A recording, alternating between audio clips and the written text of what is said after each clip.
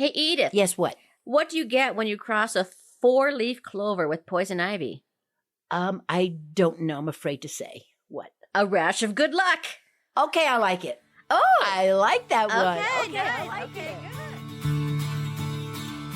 Hi, I'm Christy. And I'm Edith. We're backyard gardeners from Colorado. And neighbors. And friends. And we love sharing our gardens with you. We're not experts. We just learned a lot about gardening from the mistakes we made along the way. So welcome to Upside Down Tulips, the spring episode. A fun podcast that celebrates gardening gone wrong. Edith, are you excited about spring? I am so excited I wet my plants. Upside Down Tulips. Hello, gardeners and wannabe gardeners and people who like spring. Are people going to recognize my voice right now? I haven't even introduced. Who are you? I'm Edith. I used to be on this all the time. You think I'm a stranger who walked into your office? It is kind of nice to be back in the basement, isn't it? I love it. Because I've been getting my basement remodeled. And so for this is me, you're so nice. for you. Yes, For just for me. you, Edith. And so this is really like my first time back in our recording studio since our Persephone period. Okay, let's talk about the new schedule we're doing. Well, we have a little surprise for everybody, and that is now we're going to be doing Upside Down Tulips once a season, which means essentially 4 times a year. Yeah. For that, however, plus Edith. Hello, I'm back. Because Edith is back. Yeah, and we just got busy, didn't we, Edith? We got so busy. We got so busy. We And how many times really can you talk about tomatoes? That's just my thing. I could talk about tomatoes forever. I know you could, Christy. I know. But, when we started this podcast, it was Yeah. during the pandemic. Yeah. And we were out of work, twiddling our thumbs with all this creativity and all this time in the I garden. would like to take a moment to thank everybody that has listened to us Isn't that then nice? and now. Yeah, isn't that nice? Because that kind of saved us, I think. We had nothing to do. Yeah. And this was a whole new thing like I had never done before. And I was so pleased when people started to listen. Wasn't that nice? It was so nice. Well, let's give a thank you out to people who were actually writing, like Ashley. I just want to say thank you so much for your nice note, Ashley, that you sent us, wondering where we were when we were coming back. And a big thank you to Jennifer from North Glen, who just joined our garden party. Thank you, Jennifer. So it's really nice that people missed us. Yeah, It feels good to be back talking about gardening. Yeah. I can give you a little update about Upside Down Tulips, Edith. Please So, do. we have charted in the United States, and we were very excited about that. And we've also charted in the United Kingdom because, of course, those folks are big gardeners. Yeah, they are. And we charted in the Netherlands, another group of folks that garden a lot. And then we charted in South Africa, which I went, that's kind of weird. Wow. But then it made sense because South Africa was colonized by the Dutch. Oh, yeah. Okay, so they're gardeners as well. Yes. Well, we also started to chart in Namibia, Wow. which is in the southern part of Africa. Mm-hmm. And I thought, well, that's very interesting. And I thought, well, I wonder if Namibia was also colonized by the Dutch, but they were colonized by the Germans. Oh, my. So I did a little research in Namibia, and maybe this is why we started to chart in Namibia. Recently, local authorities and Namibia's development partners revived urban gardening to reduce unemployment and poverty and encourage better nutrition, skills transfers, and improve self-sufficiency. No kidding. We could do that here, too. That's kind of what our thing has been. Yeah, I thought you'd get a kick out of Yeah, that. I am getting a kick out of that. That's great. Okay, and let's get to the really big news, Edith. Yeah. How's your garden going? Well, it's going good, Before we get into my particular garden, Oh, you yeah, know what you I have- yeah. read? What? We are now zone 6. Because of climate change, we have upped the zone. Wow, that makes sense. Doesn't that make total sense? And friends, we are in the Denver metro area, and we've been 5B for as long as I've lived here, Yep, which is over yep. 20 years. And now they're saying we're zone 6. And I'll tell you, some of my garden update really proves that we are zone 6. For example, I had Swiss chard that overwintered, perpetual spinach that overwintered. Which would make sense, hence its name. Total. Yeah, it's not named like once in a while spinach. When I feel like it's spinach. And I'm so happy to report that my lettuce is everywhere over the garden, self-sown like Wow. it does. My garlic is up and looking good. My leek is up and looking very good. And I've winter sowed, which you taught me how to do. And the one thing that's up is cabbage. That's really great. Yeah. Yeah. So, Christy, you gave me a beautiful red poppy last year that I think you winter sowed. Yes. It bloomed, and the next day the hailstorm came. So I got it for one day. Oh, But this year, it has 10 babies all around it. I don't know how it did it. It self-sowed itself. I love those poppies. I'm going to have a whole little bunch of them. They're American Legion poppies, which is the kind like they have Yes. at Westminster Abbey. For World War I. Yes, Oh. yes. I love those. Well, anyway, so thank you again for that gift that's going to just keep coming back year after year. Oh, that is just, I love that. Because you were saying you had trouble growing poppies. Yes, I cannot grow a poppy. And now you have. And now, thanks to you, I have. You're a And poppy mommy. I don't know if I like that. Poppy mommy. Okay, I like it. Okay, we're good. What about your garden? Well, friends may remember that last fall, my eyes were bigger than my stomach, and I bought 150 tulips and daffodils that were on sale. Oh my God. And when I had absolutely no time to plant them. Well, Edith, one day I just, got those suckers in the ground. Yeah. And it was cold, and it was in November, but they're all coming up. Bless their hearts. Great. I'm really excited about the daffodils because I could just always say you could never have enough daffodils. Yeah. They're all coming up. And even though we had that snow, that was, what did we get? Like 15 inches of snow? Yeah, a we couple had weeks so ago? much snow. Yeah. Even though we got all that snow and all the daffodils got squished, when the snow melted, they all popped back up again. Yeah. So bless their hearts for that. And I have some little things coming up. I have my garlic coming up, like you, Mm-hmm. chives, Oh, and yeah. Mhm. and my rhubarb is coming up. And rhubarb looks so weird when it comes up. Doesn't it, though? It looks like some sort of weird alien baby. Embryo. Looks Yeah. like an embryo Yeah. from outer space. Yes, it looks really weird. Yeah, like it's going to pop out of your stomach. Yeah, it looks Yeah. like something out of the movie Alien. Yeah, it does. Yeah, It really does. absolutely. And then also throughout my vegetable garden, the bachelor buttons have all reseeded.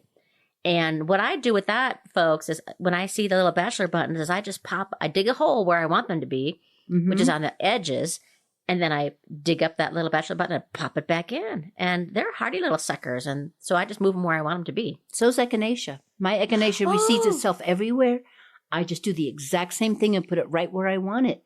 And now's a great time to do that. Yeah, it is. They don't mind being moved so much. Right. Except right now, it's really snowing. So. Well, we should tell folks this is that sometime like around a couple hours ago, it started to grapple. Do you ever see that at all? That what it looks like Dippin' Dot snow? I'd never seen that until I moved to Colorado. So Yeah. it was grappling, and then it started to rain, and then it started to snow. And then, did you hear the thunder at your house? No. Yeah, we had thunder snow. Wow, I love thunder snow. And it was coming down pretty hard. But now, is it still coming down? I'm looking out It the was window. when I drove over here. Yeah. It's still coming down. I'm looking out the window. Yeah. it's coming So, down. well, snow in March is not the worst thing in the world. We need the moisture, and Nope. things will pop back, and they'll be okay. And the only thing that's been a bummer about it is that I'm very behind in my garden cleanup. Christy. Edith. I have a whole thing that I wanted to say about that, which is like this major tip that I found. You're not behind. You are exactly where you need to be, because remember how, I don't know if you ever did this, but I always cleaned up in the fall, right? Oh, I used to, Have yes. you tried to pull out a cabbage or a broccoli? The roots are still vital. You can break your back pulling that out. Sunflower stalks? All that stuff. Terrible. Corn. Well, I have just started to do my garden cleanup right after that last snow. It comes out easy peasy. You barely have to touch it and out it comes. So what you've done is you've nourished the ground and the little microbes in the ground by leaving them in there. Mm-hmm. Plus the erosion was lessened. You did great, in other words. You made me and probably a lot of other people feel a whole lot better. Hey, I am never going to do garden cleanup in the fall again. I'm always going to wait until spring. Yeah. Early to mid-spring. I wish I would have I wish I would have been able to start a couple weeks ago. I'll tell you that much. But you're right. It's it's where you're at. Yeah, I with mean, your what are you going to garden. plant right now? You're fine. You're Yeah. just fine. And you were saying that you winter sowed. You winter sowed cabbage. I did. Well, remember last year I winter sowed over 30 jugs. I do remember that. Do you know how much I've winter sowed? No. Zilch. You have been really busy. I've been really busy. Super busy. But it's not too late. And we'll talk about that coming up because our topic for this spring is our favorite garden mistakes of last year, what we're looking forward to this year, and our favorite spring garden tips, all coming up. Coming up. But before that, we do have a brand new pod play. Okay. This is one that you wrote? Yes, I was inspired by that great song from the 80s, Willie Nelson and Julio Iglesias. Remember that song? For all the girls I've loved before. I do remember that song. Yeah. So this is inspired by that. Oh, good. Nice.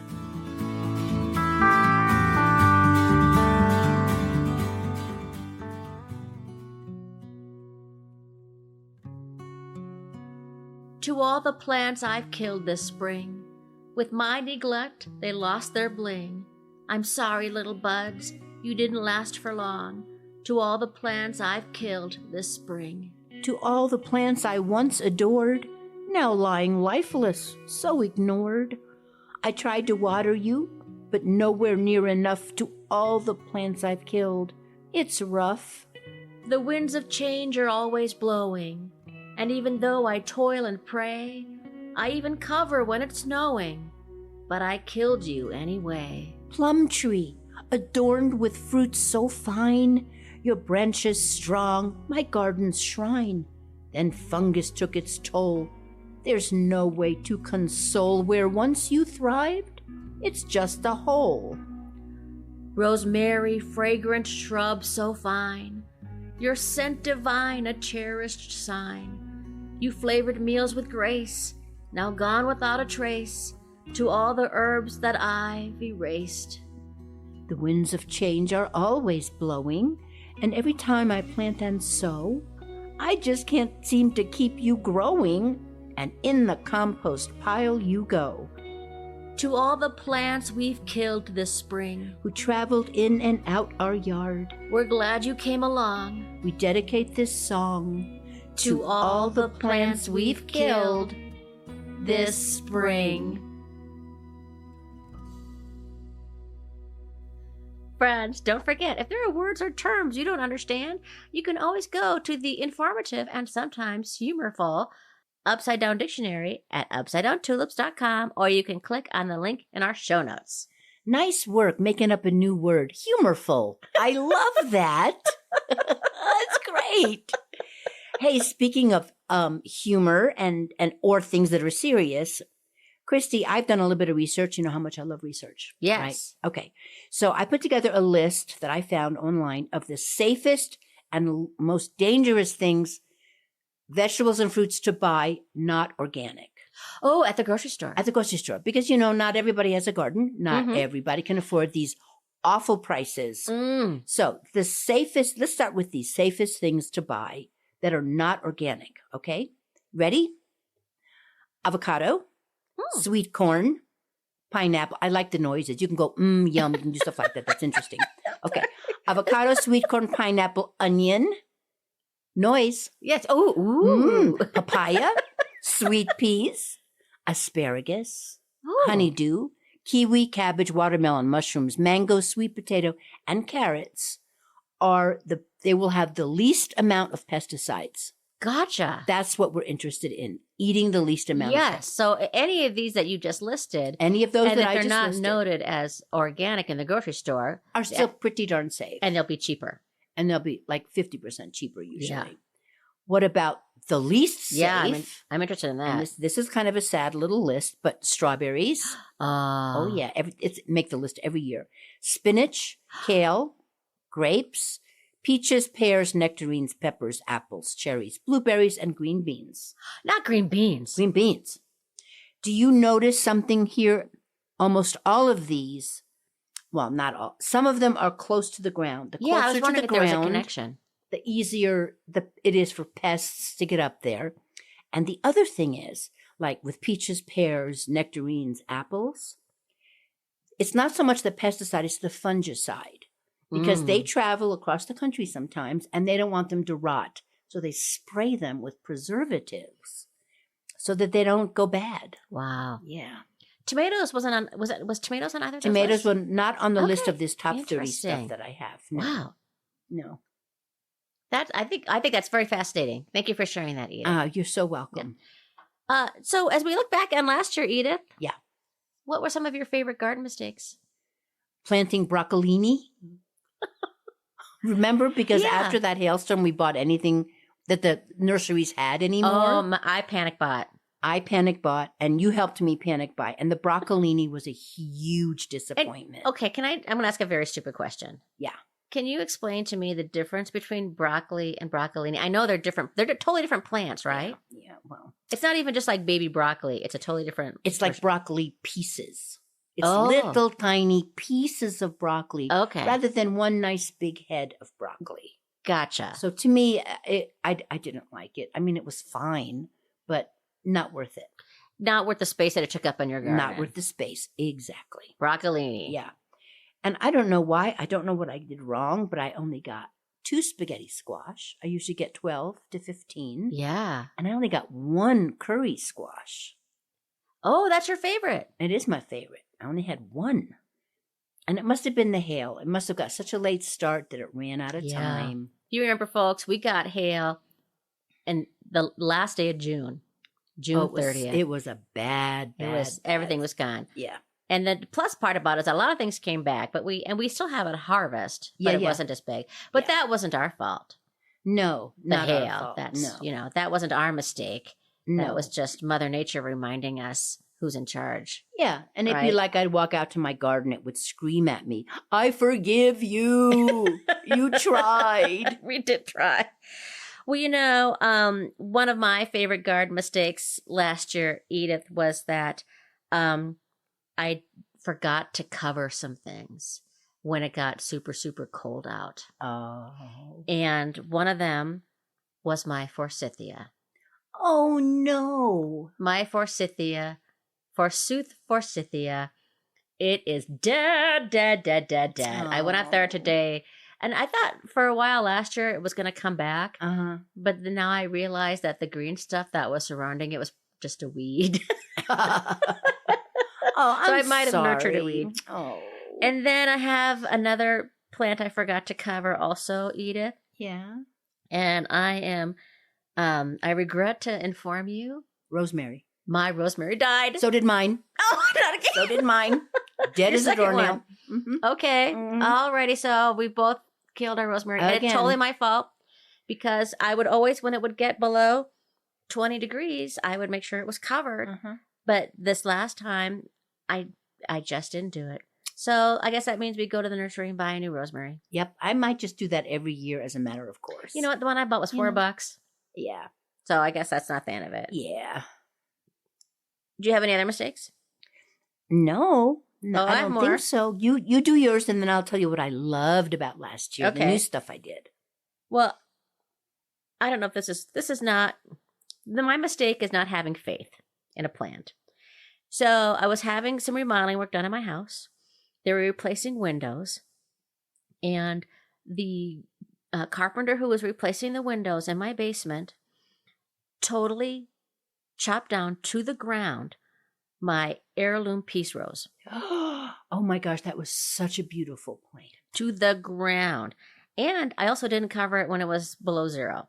So I'm thinking, gone. Well, Edith, I was out there, and guess what? It's back. Its little sprouts are coming back. Now, I don't know if it's still going to be a peace rose, because, sometimes if a rose dies all the way to the ground, Yeah.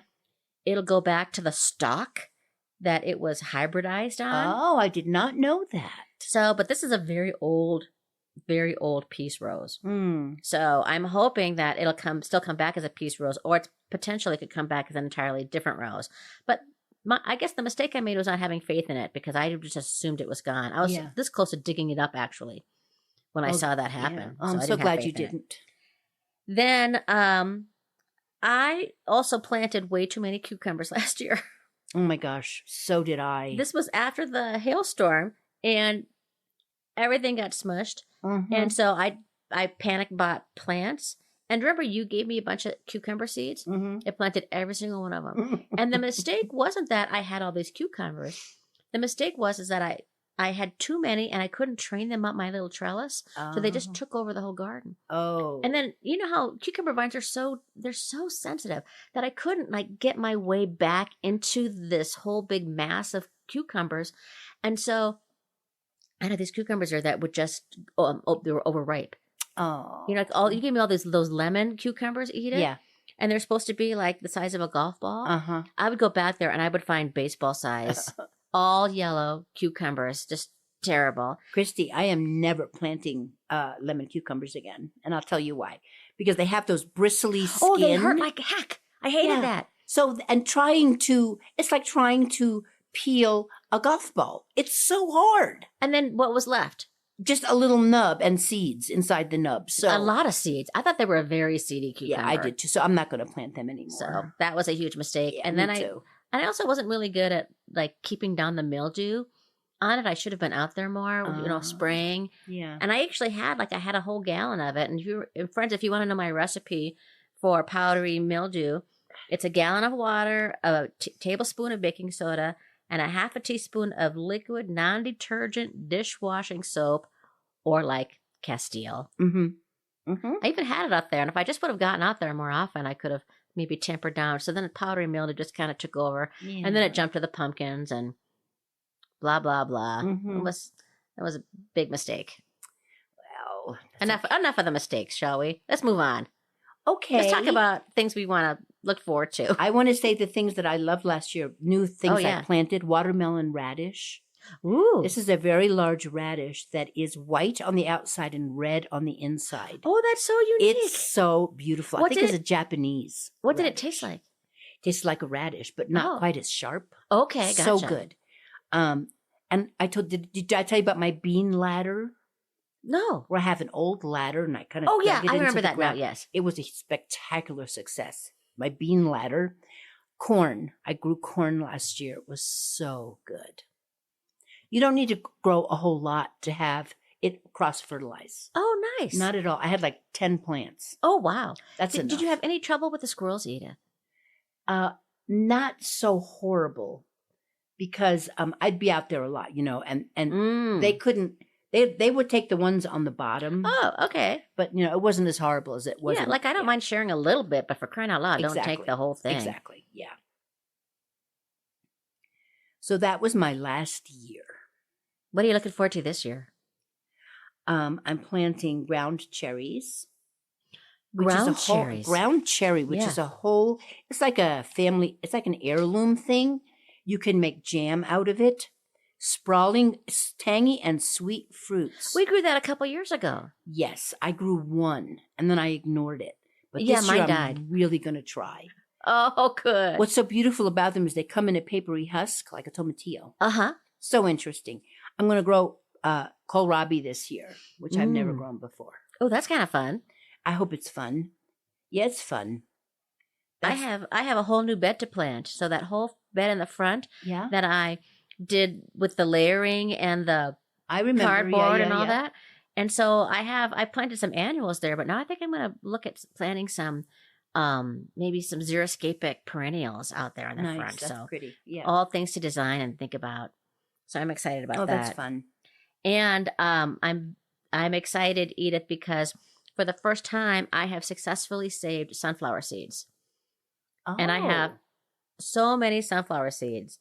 Would you like some? Sure. I saved all those mammoth sunflowers. Oh, they were so beautiful. Which I think used to be called Russian mammoth, but then they changed their marketing plan. Yeah, yeah. Now they're anti-Russian.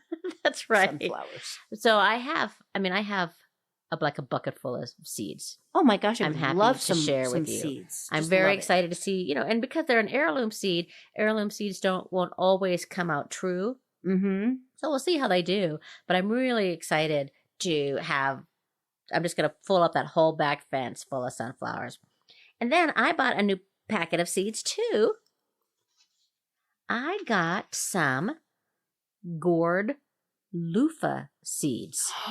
Oh my gosh, that you can actually make a loofah sponge out Yeah, of. does that sound fun? So I'll give so you some great. because it feels like there's quite a bit in here, but it says this unusual gourd is fun to grow and will provide you with long-lasting, natural, eco-friendly sponges. Wow. So after the last chance of spring frost. Okay. So lots to look forward to. You want some kohlrabi seeds? Yeah, let's trade. Okay, let's trade. Yeah, okay, that's great. Okay, so how about another pop play, and then we'll come back and talk about our favorite spring tips. Okay.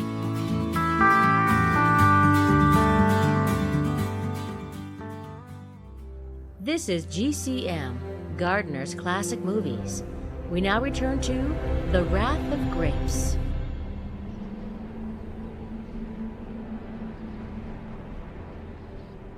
Ma, these grapevines just ain't growing like they used to. They're angrier than a hornet in a bee's nest. I reckon these grapes done had enough of being stomped on and squeezed dry. They're raising hell, Tom. We're tired of being squished into wine and turned into raisins. We demand grape equality. Grapeology! Well, I'll be damned.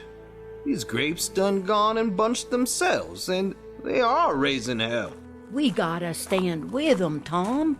It's time for the grapes to have their say. What's all this whining about? These grapes belong to me, and they'll do as they're told. Not anymore, Mr. Sourwine. These grapes have found their voice, and they ain't gonna be silenced. We're taking a stand against grape injustice. You'll regret crossing me, Jodes. I'll crush you like I crushed these grapes.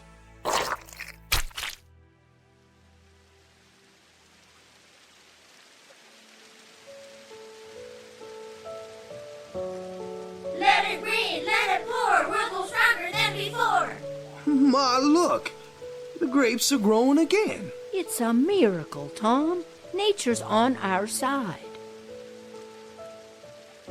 Well, you know, Ma, there's something mighty powerful about standing here in the midst of all this rain. It's like nature itself is speaking to us, reminding us that even in the hardest of times, there's still hope. I've seen a lot in my days. Seen folks struggle, seen them suffer. But I also seen something else. I seen the strength that comes from bunching together, from fighting for what's right, no matter what the odds. Them grapes, they showed me something today. They showed me that even the smallest among us can rise up, can demand change, can refuse to be crushed under the weight of oppression. I reckon growing a garden ain't all that different from fighting for what's right. Sometimes you plant them seeds, and you water them, and you wait. And it seems like nothing's gonna happen. But you gotta keep going. Keep believing that one day, them seeds gonna sprout and bloom. Well, maybe it's like they say. Fellow ain't got a garden of their own, just a little piece of a big garden.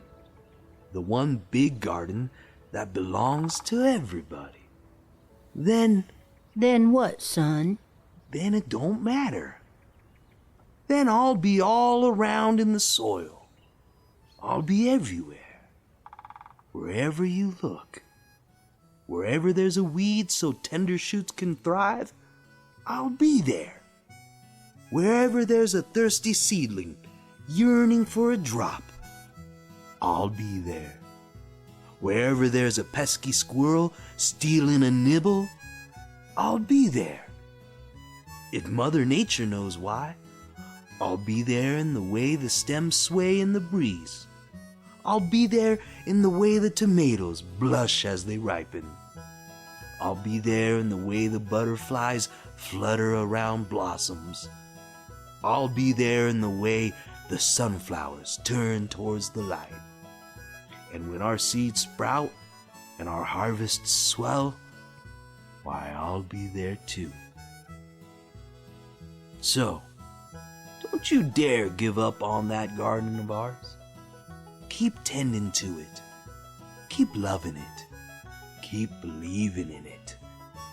'Cause I reckon that garden, just like this world of ours, got a whole lot of forgiveness in it. And as long as we keep trying, keep believing, I reckon it'll forgive us our mistakes and keep on growing, just like it always does.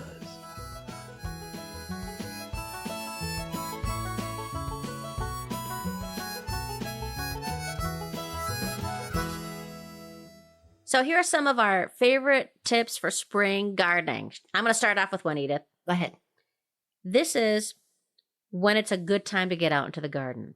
Okay. It's hard to tell, and it'll be different for everybody across the country. Mm-hmm.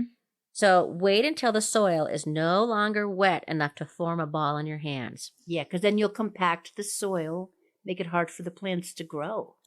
For example, we're getting all this rain and snow, and Yeah. even though in a couple of days it might be nice and sunny in Denver and everything gone, Yeah. everybody needs to resist from going out there. Yeah. A good rule of thumb, no matter where you live, is that wait until the temperatures are consistently above 50 degrees during the day for at least a week. That's And good. that'll help things dry out a little bit. Yeah. Oh, that's good. What Here's about you? Here, I have a Mm. tip for any time, really. You know, we've always talked about how good coffee grounds are in the compost. Well, I read where if you take coffee grounds and put it around the plant, it keeps the moisture in. Oh, Doesn't that make sense? that's great for people in Colorado. Absolutely. A half-inch layer of fresh coffee grounds around your plants. It'll keep the soil moist and protect them from pests and disease. Shout out to Moist. Shout out to moist. And you know, coffee grounds have nitrogen, potassium, and phosphorus. 3 organic ingredients really necessary for a healthy garden.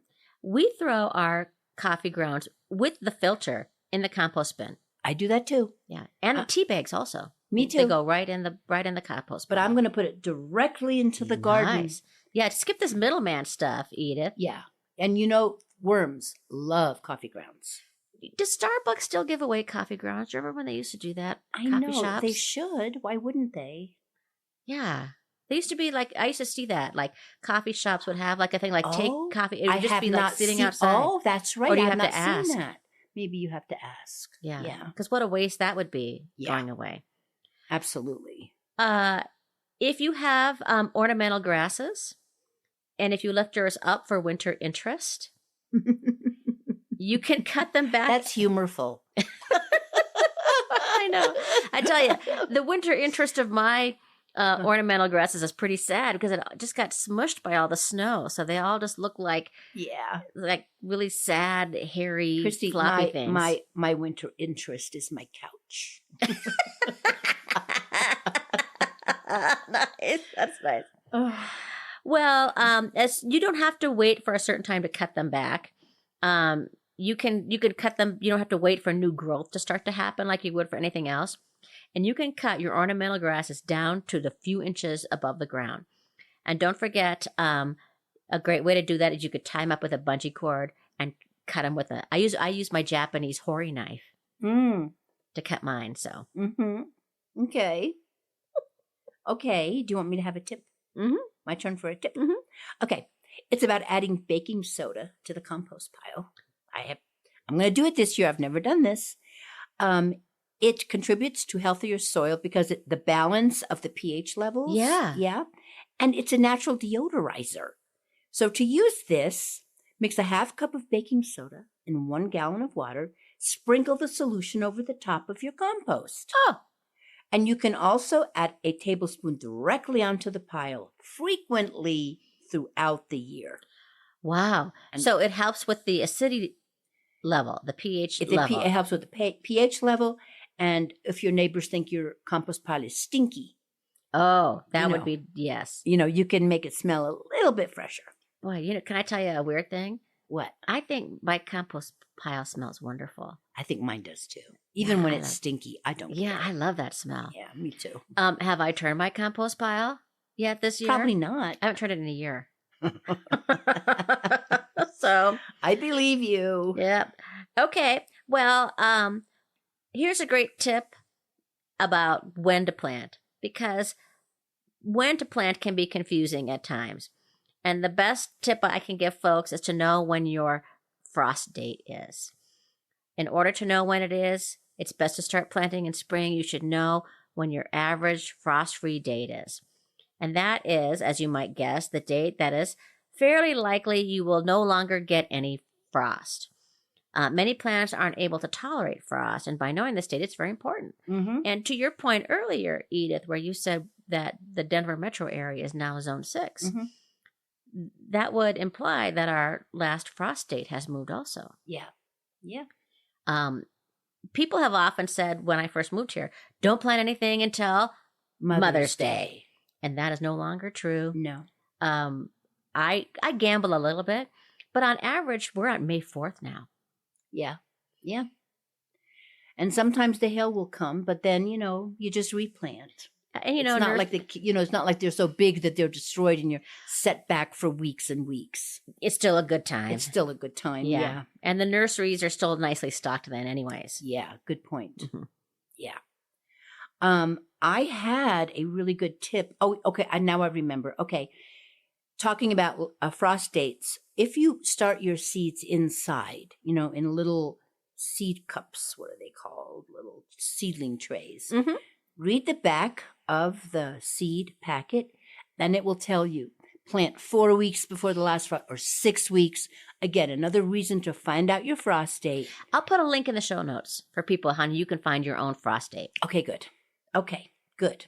Yeah, that is a really good tip. Yeah. As we've said before, there's so much information on seed packets. Yeah. Especially if you like botanical interests, which also has information inside the seed packet too. Yeah. That's always great.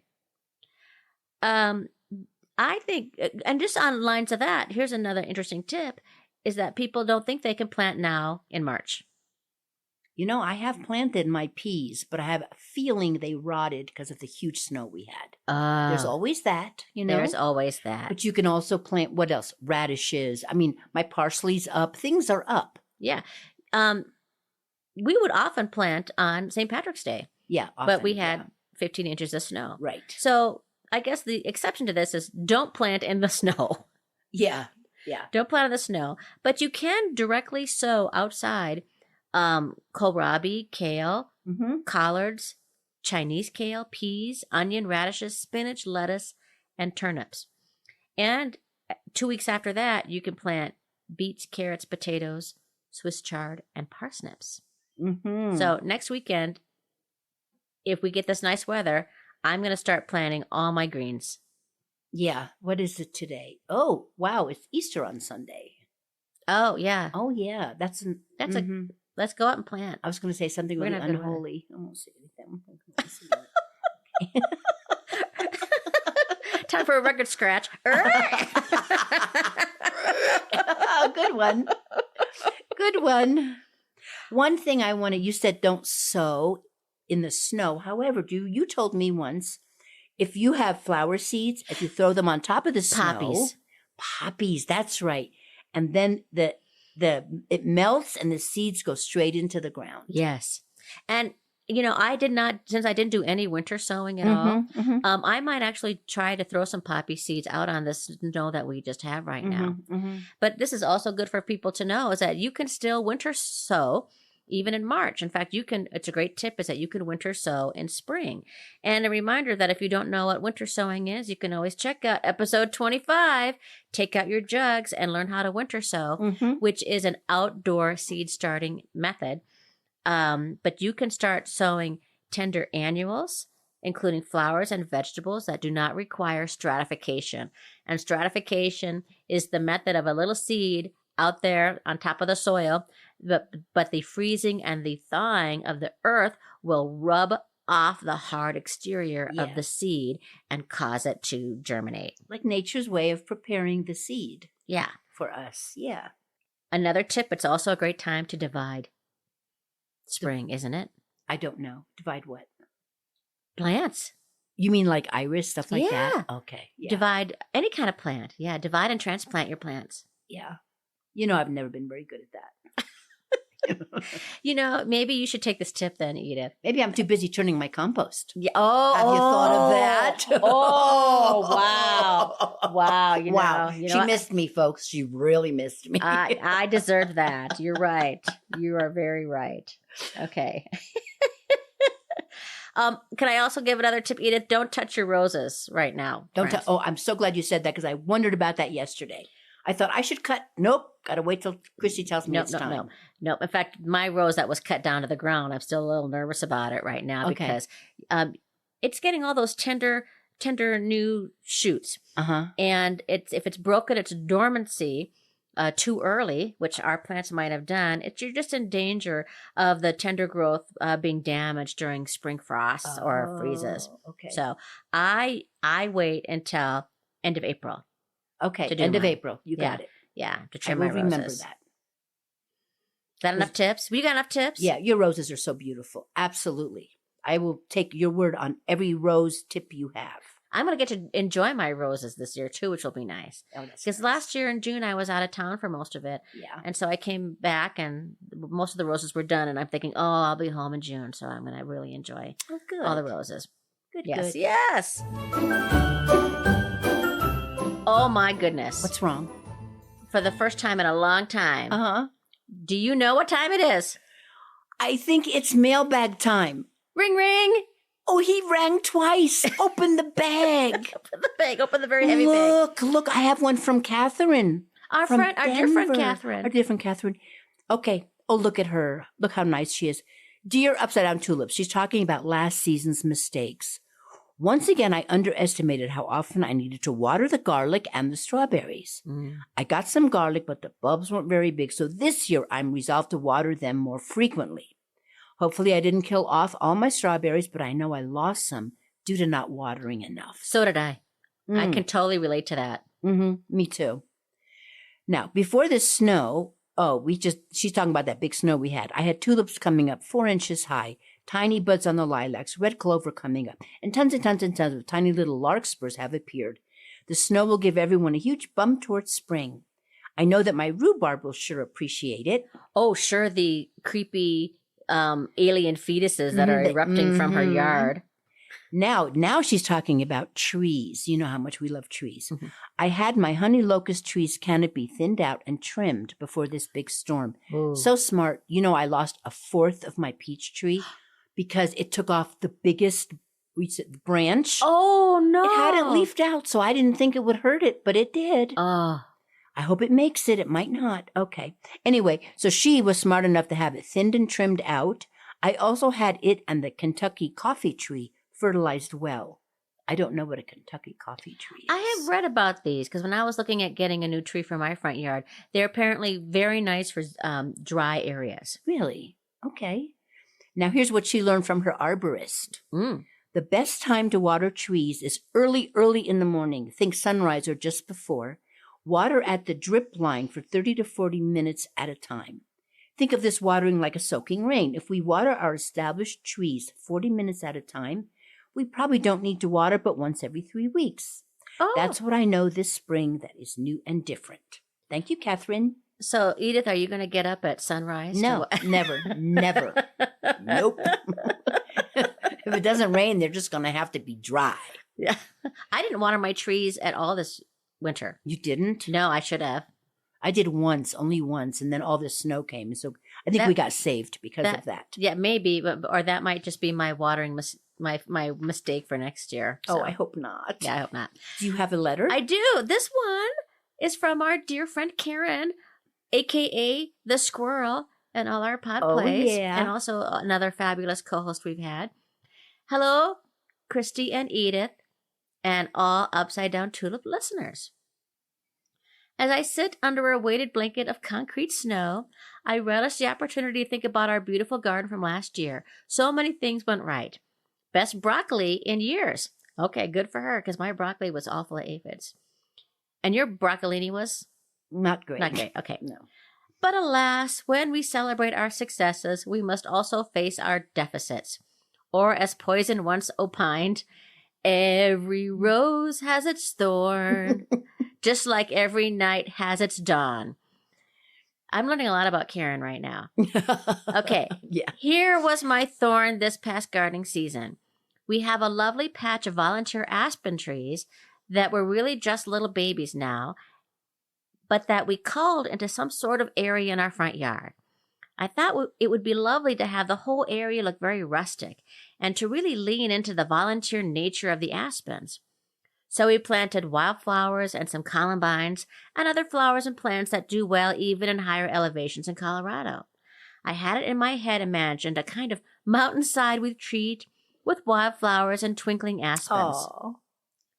Nothing took. Oh. Not a single plant. Not even the columbine. I'm not sure where I went wrong exactly. Perhaps the honey locust tree adjacent to the aspens provided too much shade? Oh, isn't that interesting? They both have honey locust trees. Yeah. Perhaps we planted them too late in the season? Who knows? I don't. But I imagine I will try again. After all, my garden forgave me. So much love, Karen. Oh, that's nice. I love that idea of having like a little bit of mountainscape in your front yard. Yeah. I love that. You know, the thing about aspens, they Mhm. don't do that great down here. They will be good for a while and then they just die. Yes. I'm hoping that someday they will develop a new breed of aspen that will do well at the Denver. And, and Denver elevation is 5,280. I know. But Aspen, Colorado is at 9,000 feet. There you go. Yeah, they don't do very well. I have often dreamed of that also. But Yeah. maybe that's okay to have aspen that last 10 years. But It is okay, especially if they're twinkling aspens, as she I put it. I know. love that. yeah, and sometimes I've done those wildflower seeds too, and they just don't take off. I don't know how big a honey locust is, but it is very possible that there was too much shade. That sure is possible, don't you think? Mhm. Yeah, it could be. But, columbine don't need that much sun. Well, I have columbine. My columbine are in the shady area. They're all underneath my tree on the Oh. side there. Oh, okay. Well, that's the mystery of gardening. Well, thank you, Karen and Catherine, for writing to our mailbag. We loved hearing about your gardens from last year and are sending you the best wishes for your upcoming gardens. Other people could do that too, couldn't they? Yes, they could. They could write us. They could We write love to it. us. Okay, thank you, folks. At upsidedowntulips.com or at upsidedowntulips@gmail. There you go. The snow is falling really hard, and I so want to get out in the garden. I could sure use some inspiration. Edith, tell us you have some. I do. Christy, I brought some inspiration with me. Are you ready? Yeah. Did you ever wish that fireworks were incredibly quiet and also didn't disappear so quickly, and also you could keep them in your home, and also you could hold them in your hands? Because if so, I'd love to introduce you to flowers. Johnny's son, author and illustrator. That is a flower. Isn't that nice? A firework you can hold in your hand. Keep in your home, and they're quiet. You love flowers. I figured That's you right. would love this. That's little right. And they won't inspiration. scare your dogs. That's right. Oh, I love it. That's great. Oh, good. Well, friends, you've come to the end of another episode of Upside Down Tulips. We are Edith Weiss and Christy Montour Larson. Thanks to our garden party. And thank you very much to Denise Gentilini for composing and performing the Upside Down Tulips theme song. Do you want more? Well, then go to denisegentilini.com, or you can find that link at upsidedowntulips.com. And many thanks to the many talents and kind heart of Peter Trin. Thank you to our excellent yet enigmatic engineer. Join us in July for an episode all about summer gardening that will delight and amaze you. Now, don't forget, if you make a mistake, Your garden will forgive you. amen. Upside Down Tulips.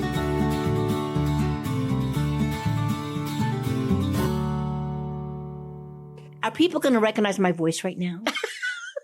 I haven't even introduced. Who are you? I'm Edith. I used to be on this all the time.